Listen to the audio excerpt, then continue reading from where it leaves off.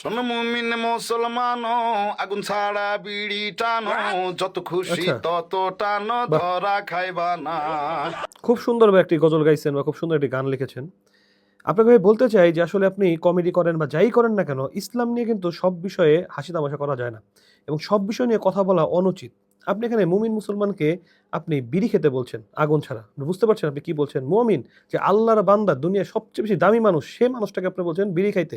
এবং আপনি ভিডিওতে হাসর ময়দানের কথা বলেছেন, সেখানে আগুন ছাড়া বিড়ি পাবে না, আগুন পাবে কিন্তু বিড়ি পাবে না। আপনি এখানে একটা পজিটিভ হয়তো বিষয় বলতে চেয়েছিলেন, বাট সব বিষয় নিয়ে কথা বলা উচিত নয়। আপনি সেখানে মুমিন ওয়ার্ড ইউজ করেছেন, হাসর ময়দান ইউজ করেছেন। এটা নিয়ে কি ভাই কমেডি করার বিষয়?